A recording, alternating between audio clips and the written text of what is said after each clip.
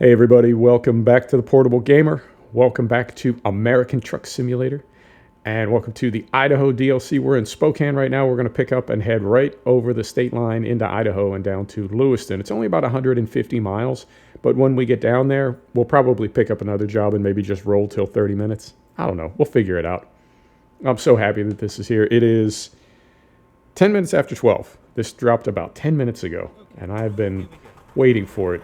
Completely geeking, just waiting for this to be released. We are still in our little Mack Anthem logging truck.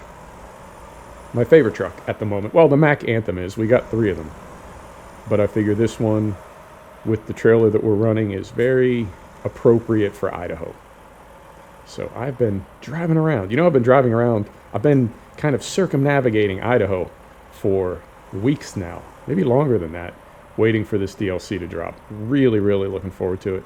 And really impressed with SCS and how they're continuing to grow this map out. Is there traffic down there? Yeah, I thought there was. Now we're in a pickle. All right, so... Oh, that's different. That's new. I don't know if I've ever seen that before. The Range Rover just got in a different lane to go around us. I mean, it's cool. It's a really cool move on the part of the AI, but I feel like it's going to complicate things. I'm still waiting for SCS to bring in traffic that is aware of turn signals and beacons. I think that'd be fantastic. That if you had your 4-ways on, going up a hill, traffic would know to go around you. If you had your beacons on, they'd know to give you more room. If you had your turn signal on, the whole deal. I don't know if they'll ever get to that point. I've heard talk that they want to, but this engine is not super sophisticated. It's old. It's tired. So we'll see. But yeah, I'm so excited for this. And then Colorado is next. And at some point, we have to go to Texas. I don't know what that's going to look like, but that's going to be awesome. So, yep, and now normally when we drive the truck, we talk about everything but truck sims. So I guess we can do that, as we always do. And I'm going to try to jump this green arrow because it's going to be quick. Here we go. Quickly, we made it. So this has been a great week for DLC. We got the SnowRunner DLC. The first planned DLC. That was very cool. It's not, I thought it was going to be 4 areas of one map, or 4 maps of one area, however you want to say it. But like the base game is laid out where you've got Michigan, and then there are 4 areas within Michigan. You've got Alaska, etc. And it's only one. I don't mind that. It's really good. And I went season pass, so it didn't cost me anything. Or if it did cost me anything, the cost was up front when I got the season pass. But, I mean, it's good, and I'm going to play it. I'm really enjoying it. It was just a little bit surprising. Now, it did come with trucks and upgrades, and I absolutely was not expecting that. I've heard talk about it as an area, right, like a part of the world. But I hadn't really heard anything about new vehicles, and so far I've found 3 new vehicles. But I've been trying to stay away from Reddit. Spoiler alerts, So we'll see if 3 is all we get. And when I say all we get, I don't mean like, oh, that's all we get. But let's see how many new vehicles we get. And we got some upgrades as well. So yeah, that is very cool. And then very unexpectedly yesterday, one of the titles in my library turned blue, as it does when there is an update to download. Is that right? Yeah, up, down. Yeah, you know what I mean. So that was the Setta Corsa Competizione. I clicked on it. It downloaded 1.2 gig, which is pretty big for a patch. And I got to thinking, I wonder if this is the GT4 content that we've been expecting. And sure enough, it was. So I went ahead and bought that. And that's a lot of fun. I've been playing that the rest of yesterday evening after I got done with SnowRunner. I hopped into a Setta Corsa Competizione. And that's been awesome. I'm not typically into GT4 cars. GT3 and GTE is my sweet spot, but I've been driving the hell out of those, and they're really, really good. So that was completely unexpected and very cool. And then this dropped today. Idaho has been, I guess it's about a week or so ago, we heard that that the release date was going to be the 16th. I know everything is up in the air with that which cannot be named. I really try not to talk about it on the channel. We all know what's going on. No need to bring it here into our fantasy world of gaming. Scrapped cars in a chip van. How do you feel about that? I don't know. I mean, I don't think we're running a mod that would do that. Maybe. I don't know how I feel about that. All right. Either way, we'll take it. Yeah, there's enough bad stuff out there. I don't need to bring that here into the channel. I was watching a streamer today. Where's our spot? There it is. Can we get all the way around there? Maybe, yeah. Let's go all the way around here. So we can flip around that way. And then back straight in, rather than trying to turn around in that little spot. In fact, I think this may be the only way you can actually get in there. You know what I mean? I think it may be, yeah. Okay, so you have to go this way. All right, that's fair enough. I was watching a stream and people started arguing about current events. Man, that's... I'm so adamant about keeping politics and current events off the channel that I don't even want to talk about what current events they were talking about. And I don't want to in any way... Almost just hit those beams right there. I don't even want to... I don't even want to say what they were talking about or who was taking what side and put it in a particular order, for fear that the order that I put the two sides in might give you an idea of how I feel about one side or the other. Right? Or that the tone that I would have or the specific way that I would refer to one side or the other might give you an idea how I personally feel about things that are happening. That's how serious I am about keeping politics and what's happening in the world off the channel. Other than to say, we're going to be all right. We're going to get through this. And when I say this, I mean several things. But those several things, we're going to get through them. In the meantime, here, in this house, it's just gaming, man. It's a place to get away from all that. It ain't here. Oh, this is heavy. This is has a little weight to it. Hang on, what are we hauling here? 42,000 pounds. That's not nothing. It's not quite a feather. Get rid of that. So yeah, with all that's going on in the world, I think we may have some content that is delivered, I wouldn't say always unexpectedly, but I think we may get it from our perspective kind of suddenly, right? Like the developer is doing everything they can on their end. They're hustling up to get it done. And when it's ready, but it may not be sort of on a predetermined schedule. If anything, because it is in its own way late, but unannounced. Does that make sense? Like maybe what we're getting now on July 16th, they plan to release it on the 1st. They just didn't say the 1st back in like April or May. And so then when it was late, it wasn't actually late. That made sense in my head. A lot of things do. Right, so we're still in Spokane. Let's get down here and on the road a little bit. We'll cross over into Idaho. I don't think it's going to look drastically different at first. And that's something else that I like about the way SCS lays out these areas, is it's not like you pass from one DLC to another and instantly, magically, it's like radically different. You know, that wouldn't be very realistic. Nature doesn't know about state lines. To me, it has more to do with crossing from one sort of biosphere into another, like crossing a mountain range or crossing a floodplain or doing something to sort of meteorologically go from one place to another. That's when, for me, a place feels different from the place you came from or from another place. I'm continuing to wonder if taking the traffic up to 1.7 for the spawn rate, I wonder if taking it up to 1.7 is what is causing it to sometimes seem a little erratic, aggressive. And I also have to apologize. My voice just went funny because allergies just kicked in. I don't know what just happened, like in my world. I don't know if they're cleaning the ductwork in my building or something. I have no idea, but my allergies just went kind of crazy. And I wouldn't say that I have allergies per se. It's not like a guarantee every year that I'm going to have horrific allergies.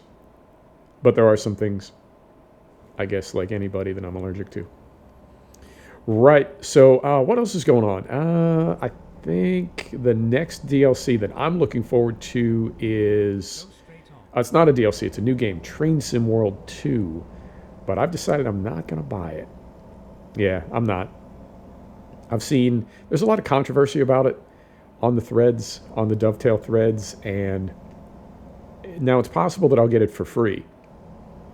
There's a rumor that if you own TSW 2020, or that if you own over a certain threshold of DLC, you will get it for free. And then other people say, no, it'll just be a discount. And then other people say, no, it won't even be a discount. So we'll see. But if it's full pop, I'm not going to buy it. There's several reasons why. One reason is I've got no definitive answer on what happens with DLC. Now, I know the TSW 2020 DLC that I have will work with TSW 2. However, I don't know how. And there's one rumor that says it will bind over, right? When you install TSW 2, all your TSW 2020 DLC will bind over to TSW 2 and will no longer be usable with Train Sim World 2020. There's another rumor that when you install TSW 2, it will determine your DLC that you own for TSW 2020 and duplicate it. You'll have one occurrence for TSW 2020 and one occurrence for TSW 2. The game is closing in on 200 gig on my hard drive right now. If that doubles, hey, welcome to Idaho. Man, I love it. When I first played this game, this is the first game that I played when I got back into gaming 3 years ago. When I first played this game, standing up at a kitchen counter on an old HP Pentium laptop, not built for gaming, steering with the keyboard, when I first played it like that, I never would have thought. Never would have thought. And that was right after ATS released. Right, so I'm not going to have 400 gig on my hard drive for one game. I can't justify that. I cannot. I just can't. That's like 15% of my available hard drive space for one game. I'm not going to do that. So that's one problem. Second problem is apparently it's really no different. The draw distance, which is a big problem in TSW 2020, is going to be the same, even though it's supposed to be on a new Unreal. Well, it's supposed to be on Unreal 5, and then I find out, no, it's just going to be on a more up-to-date Unreal 4. All right. That's like a big deal for you to code around. That's the reason why everything is late, because you're going from one version of Unreal 4 to another. All right. So the draw distance will be no better. The pop-in, a lot of the problems that people have with TSW 2020 will still be there in TSW 2. It will look identical, but it will have... The weather will be different. It will have dynamic weather, and it will have different physics, they say. I don't know how noticeable that will be. However, on all your DLC, which in my case would be the bulk of the game, I mean, I've got 15 routes, 18 routes, and then we're getting 3 new ones. So if I were to get TSW 2, 3 of my routes would be... We got to get over here. 3 of my routes would be running on the new engine, or would take advantage of the new engine. Oh, again with the detours. This is broken. I have it turned down so low now compared to where it was, and it still... Don't pull into me. Don't do it. And it still spawns a detour for us, I swear, every trip that I take. That ain't right. Something's broken. But it'll give us an opportunity to see more of Idaho. So the game is really not going to look very different, and none of your DLC are going to play any different. And that's making people ask, like, what exactly, like, what's the functionality of TSW2 that it can play old DLC looking like old DLC, and what, yeah. So apparently the consensus is it's not worth it when you think about the possibility of it either invalidating your DLC for your old game. So essentially, once you run TSW2 and all your DLC binds over, that DLC will no longer be usable with TSW 2020. I don't know that that's accurate. That's just one of the rumors. Who knows, man? But it seems like a big risk to take with your DLC for not a lot in return. The game itself really isn't going to look or play significantly different. And it's also really rewarding bad behavior, because in 2 weeks, 3 weeks, TSW 2020, which I've invested, I think, about $400 in, will be abandonware. Everything that's broken about it will stay broken. It will never be fixed. That's messed up. That really, really is. That's a really gnarly business model. But Dovetail has a history of that with Flight Sim, with a fishing simulator. I guess that's a thing. That's a thing that people do. Okay. But that's how they do it. That's how they've always done it. And then I saw that secret email that may or may not be accurate that says, like, yeah, that's what we do. We buy franchises that are sort of played out. Do we need to get over here? Keep left and then continue straight on. Sir. We buy franchises that are played out. We're going to get dinged. Yep. We put really no effort into tuning up the game itself. And then continue straight on. What we do is we create a lot of DLC and sell it for money. So, okay. I mean, from a business perspective, good for you, man. Good on you. There are a lot of really greasy business models. And, that's between you and whoever you, I don't know. I don't want to say pray to, but whatever your moral guidelines are, that's between you and those moral guidelines. I don't take any stance on that, because it's always up to me whether or not I want to contribute to that by buying the game. And in this case, it's got enough things working against it. I don't think I do. I don't. And because because the trade videos aren't really a big part of the channel, normally I would do it for you. And I know that makes me sound like I'm some kind of a martyr or something. I mean, I like getting new stuff. I like playing new games. And if there wasn't the risk to the DLC, yeah, fine. Whatever, we'll risk it. It's going to be $30. We'll risk it. But all those things put together, nah, I don't think I'm going to do it. So we'll hold off on that. And then the next one after that is WRC 8 in September. And you know what? I may hold off on that as well, because I played WRC 8. And I wasn't super duper impressed with it. I know some people consider it to be a better sim than the Dirt franchise, but I personally don't. It's got, to me, kind of an arcade look to it, kind of a cartoon look. Graphics look a little stylized. I don't find the physics to be, I don't know. The physics don't really work for me, which is not to say there's anything wrong with them. They just don't work for me the same way the Dirt physics do. Hang on, I'm going to hit my coffee here and see if I can clear my, I don't know, whatever this allergy thing is. Back on the brakes, we're drifting. There we go. So yeah, that's the main thing. And man, seeing how passionate people are about Train Sim, there was a long thread. Like, what exactly are you trying to do here? This is people in the community asking Dovetail, what exactly are you trying to do here? It's a niche market within a niche market. Sim gaming is a small percentage of the total game market. You look at something like the sim we're in right now, ATS, and compare it to Rust or Fortnite. Come on, man. It's not even a blip on the radar. It is nothing compared to games like that. Okay. That's cool. So it's they do want us to turn left here. Okay. And then within the sim community, you've got train simming, which is smaller than racing, probably smaller than truck sim, I would think. Smaller than Farm Sim, smaller than a lot of things. It's a small franchise. Well, I take that back. I don't have any hard data on that. I'm just kind of, guessing off the top of my head. But who exactly are you trying to sell this game to? This is what people in the community are asking. The only people that are super interested in something like TSW2 pre-order before it's even released, the only people that are really interested in it are train sim nerds. And train sim nerds are looking at it and asking, are you joking right now? You want me to pay $30 for something that I already have that you never fixed, right?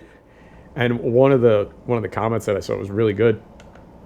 Said that's like BMW selling me a car that never really works properly, and they continue to tell me, well, we're going to fix it. We're going to fix it.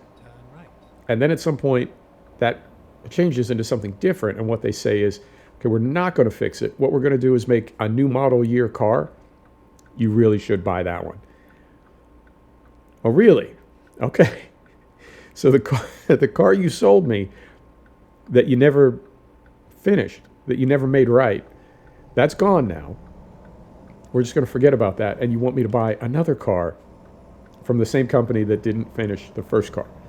That doesn't make any kind of sense, but that's the model that software developers and game developers get to work with now. We'll fix it after it's done. What? You'll do what now? And a lot of times they don't. So that's I think a really valid question is, are you trying to get people that have not been kind of screwed over by Dovetail? Are you trying to lure them in and bring in new players to sell this title to, and then they will become the disgruntled? Or are you trying to sell this game to your core audience that's already spent a lot of money with you, that's onto you? And I don't think there's a good answer. So you're left with asking Dovetail, what are you doing? What's your goal here? What is your plan? And I guess the plan is sell stuff and make money, which really is everybody's plan. So there's nothing unique about that. There's nothing particularly you know what I mean? It's not like Dovetail just invented that. All right, I came up with this fantastic plan. Nobody's ever thought of this before. All right, let's hear it. What's your plan? Sell stuff, make money. Oh yeah, dude. I know all about that one. But how are you going to do that? And the way that they came up with to do that is also not particularly novel. But I think in that very small community of passionate train sim fans, I don't know that it's going to fly. So we'll see. But yeah, I'm not contributing. And I wouldn't say that I got guilted into that, but I have seen a lot of people in the community saying, don't support this behavior yet again.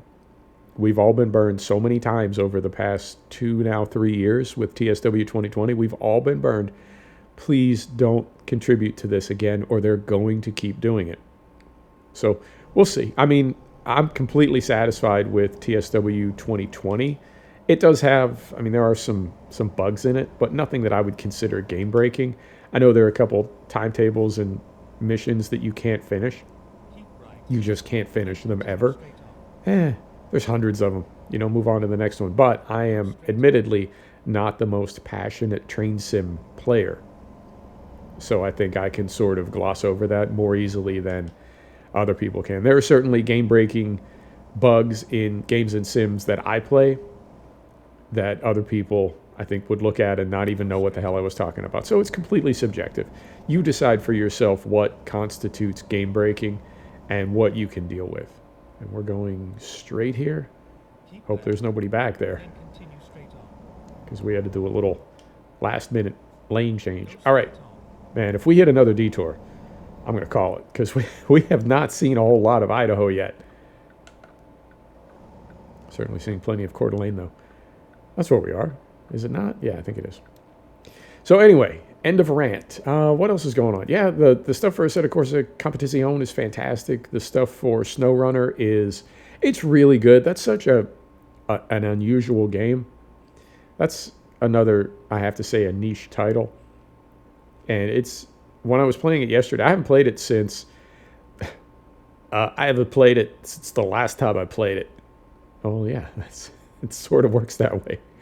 I haven't played it since the last time I streamed it, I haven't played it since there was a patch that came out, and we used that as an opportunity to explore the last Russian map. And in fact, I think the last phase of that Russian map, because there's 4 areas for every map, or 4 maps for every area. I said that already, didn't I? Yeah, when they introduced the final area for Russia in base game, that was the last time I played it. And it's got to be a month ago. So it's still a good game. It's very frustrating. And I was getting frustrated in the live stream because there are some areas where you're just moving very, very slowly. And the thing about gaming that fascinates me when there's a frustrating game, when there's a pain in the ass game, the easiest fix is, man, turn that shit off. Just turn it off. Stop playing, brother. What are you doing? Why are you torturing yourself like that? And for some reason, as gamers, we don't do that. Right? It's like, oh, this game is so frustrating right now. Let me just do one more level. Let me just get to a good spot to save. I'll be right there. Let me just finish this. So it's really hard to do that. And when we do that, when we do step away from a game between levels or when we're not at a good point for a save. Yeah, this looks like Idaho. Hang on. I know. We just barely left Spokane, but this does look like Idaho. It does. And we're speeding. Yep, just a little bit. When we do step away from a game in between saves or in between levels or not, you know what I mean? There are good places to step away from a game, and there are places that are not so good. Well, when we do step away, one of those places that's not so good, it's very often, might not be a full-on rage quit, but it's in the neighborhood. It's close. So, yeah, gaming, man, fascinates me. It really does. I like to think about things, and it's fun for me personally to think about something that I do and just try to, like, I don't know, not analyze it, but just I don't know, try to see it differently. Marcus Aurelius talks about that a lot. Even things that you do every day, there's nothing wrong with taking a minute to, like, try to see it from a new angle or a new perspective and really think about what it is that you're doing. Like right now, I'm sitting in my office playing an appliance. I am. That's the most literal way to describe what I'm doing. I'm staring at a flat screen and tricking my brain into thinking that I'm looking out the windscreen of a truck in Idaho. But I'm playing an appliance. And this is something that I really enjoy that's really important to me. And when you do think about it like that, you know, step back a little bit and see it for what it actually is. The idea that we could become frustrated doing this, running out of fuel. What? This trip has been, all right, this trip has been interesting. We haven't gone very far. We've had adventures. So, yeah, that's fun for me to try to see things for what they are. Try to be real with myself about what I do and why. Yeah, that's new too, that the way that rock is sort of stratified right there. Carefully. A lot of cops in Idaho. A lot of cops in both the truck sims. It's a bit of a police state. You know what I'm saying? John Law is everywhere.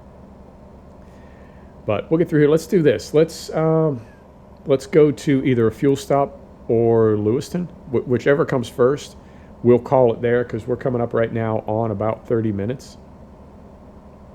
So, yeah, man. We made it to Idaho. And what is this down here? Maybe this looks like, it's probably like a tree farm or something back there. I don't think it's going to be a fuel stop. Yeah, that's something else. Maybe. These areas do get better and better, though. They really do. Go straight on. Yeah, it's like a sawmill back there. The turns are the thing that strike me the most. When you look at some of the very old, very early parts of the map, of any map, base game, DLC, whatever, things like guardrails and handrails and even the fog stripes and the center lines on the road, they look like they're built from straight assets. So, for example, the center line is a very smooth curve right now. And I know if you were to look at it, it is built from pieces. It's not like somebody came through the map with a paint roller and rolled that out as one continuous texture or line or something. I understand it has to be built from smaller pieces or the game would be, you know what I'm saying, like a terabyte. So things like that need to be built from assets, but the way that those assets blend together is really critical. And on the earlier parts of the map, you can see it now. You can go to an early part of the map, particularly in ETS, which is the older of the two sims. But there really is a lot of, I don't know, it's got a real video game look to it, whereas this, what I'm looking at right now, is so much smoother and more seamless and just really, really looks good. So I think as we continue to progress with the game, it's just going to look better and better and better. And I'm so pleased with SCS. I'm really glad with the direction they're taking. And I'm really curious to see where this franchise goes and what they do with the next one. What the next truck sim is going to be. My money, as always, my bet is on International Truck Simulator. And it's going to be like a train sim where you slow traffic, keep right, can do. You buy the base, you buy the physics, maybe it comes with a few vehicles, whatever, and then you add in via DLC or microtransactions or whatever, you add in whatever it is that you particularly want to do. So if you want European trucks, you buy those. If you want American trucks, Brazilian trucks. Let us, okay, so we're going past here. I don't have to slow down quite that much. We're at 32 minutes, but we're right around the bend. You want to finish it? Let's just knock it out. We're close enough. I mean, finishing it off camera is going to take 5 minutes. My only concern is we're going to run out of fuel because we are very, very low, but we're more or less right there. And in fact, we can even take a look on the trip computer. I can't see us running out of fuel in the next 20 miles. So we'll go ahead and take it in. Take it all the way in. So we'll do two things right here. We'll get weighed, and then I'm going to pull up off the scale. All right, so we'll stop right there. We'll pull up just a little bit, and I'm going to get the trip computer, and we'll compare how far we have to go with what we've got in the tank. So we'll stop right here, right? We have got 35 miles to go, and we have got, where's our endurance? Endurance. Let me see it. Pop up. I don't think we have endurance. Okay. Fuel economy, 11 gallons, 83 miles. Okay, distance to empty, 83 miles, so we can make it. Let's go ahead and get back to our brake pressure window there. Whoa, careful. And we'll head on into Lewiston. What was I ranting about? What was I upset about? I don't even remember. Something. But I think I'm feeling better now. Something. No, I wasn't ranting at all. I was being very complimentary to SCS. Hang on. Let's get through here. Oh, yeah, that's right. You buy the base game. That's the physics and the, I don't know, probably a core map and a couple of core trucks. And then you decide where you want to go from there, whether it's the US, it's Europe, right? India, Brazil, Japan. I think Japanese trucks would be fantastic. I think those are right. In fact, that was one of the first things that got me curious about this, is thinking about those crazy Southeast Asian trucks and the way that they're decorated, not just Japan, but a lot of Southeast Asia. Carefully, slowly, carefully. Oh, really not wanting to slow down there. I was trying to keep the steering open a little bit and get on the brakes at the same time. Wondering about that, and wondering if there was just a truck builder, not necessarily a truck sim. I hadn't even thought about the concept of a truck simulator, but just like a parts builder, right? Lewiston. So we do want to exit here, and then we want to stay to the left. Okay. Let me get some lights on here as well. We doing it right? We're doing it right. Okay. I saw some road signs back there as well. I was trying to follow those. Like a parts builder, right? Like you go to the website of a parts company and you want to experiment with different parts on your truck or your car or whatever. I think every mainstream car company has one now, right? What color paint, what kind of interior, what kind of accessories, and then you can see it there on screen and kind of get a feel for what it's going to look like. I was curious if there was a parts builder for big trucks, and next thing you know, I'm playing Truck Sim, standing at the counter. And from there, it was all downhill.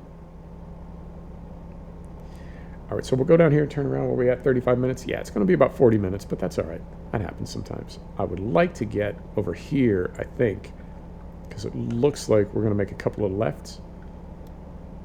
Yep, Clearwater River. I know it. Let's go back out here. Beautiful. I do like this truck. I do. All right, and we are going left, a little bit left, a lot left. What is this turn? Seems very, you know what I'm saying? Very aggressive. Then turn left. All right, turn left, then turn left. Turn left. I'm going. All right. I don't know why we're taking junk cars to a paper mill, but you know what? That happens sometimes. All right, let's find a better gear here. We got it.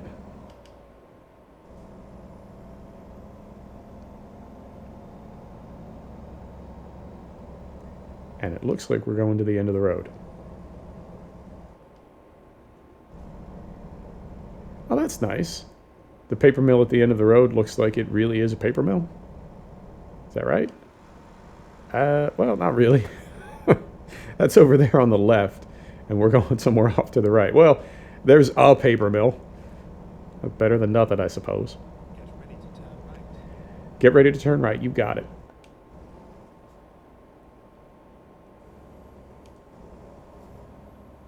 Turn right. Are we... Oh, okay. Oh, no, that's not just static over there. That is something. Looks like we get to it from a different highway. Different angle, but that's not just scenery on the other side of the road there. That is a place we'll go to. Yep, see on the mini-map? That is a place we will go to either to pick up or deliver, both, whatever. This is nice. This is also nice, little gravel driveway. Yeah, I feel like we can look back at the evolution of the game. Oh, interesting. Okay, it's not a paper mill at all. It's a place where junk cars are. All right. I thought there was some kind of bug in the dispatch. Not at all. This is extremely accurate. All right. You can look back at the game as it has evolved, and I feel like you can almost see SCS Here we are. Safe and sound. kind of figuring things out, deciding what they want to do. So that's our drop-off right there. I should have gone in over the scale. Can we get all the way around the back there? If we can get under this conveyor belt, yes, we can. And then we'll go left and then around and in. As long as we can get under here. And we can. Beautiful.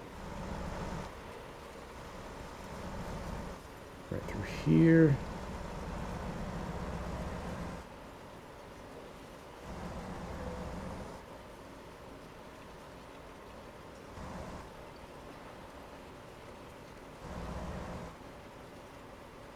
Get this thing backed in. Oh, that's hilarious. Whatever, I don't know, whatever blew out of the vents in here that messed with my nose so bad, just as I started the video, just as we get to the end of it, whatever that was, it's all gone now. Everything's fine. Of course. Oh, Wednesday. Why you gotta be a Monday? Let's get this kicked over just a little bit. Right about like so. Close enough. Back to neutral. Set the brake. Engine off. Let's see how we did. on time. We got 1 ticket, no damage. Beautiful. $5,000, and we level up. Fantastic. There you have it. Thanks for stopping back to check out the Portable Gamer. Thanks for joining us for another episode of American Truck Simulator. This is the Idaho DLC. And see you next time. Take care.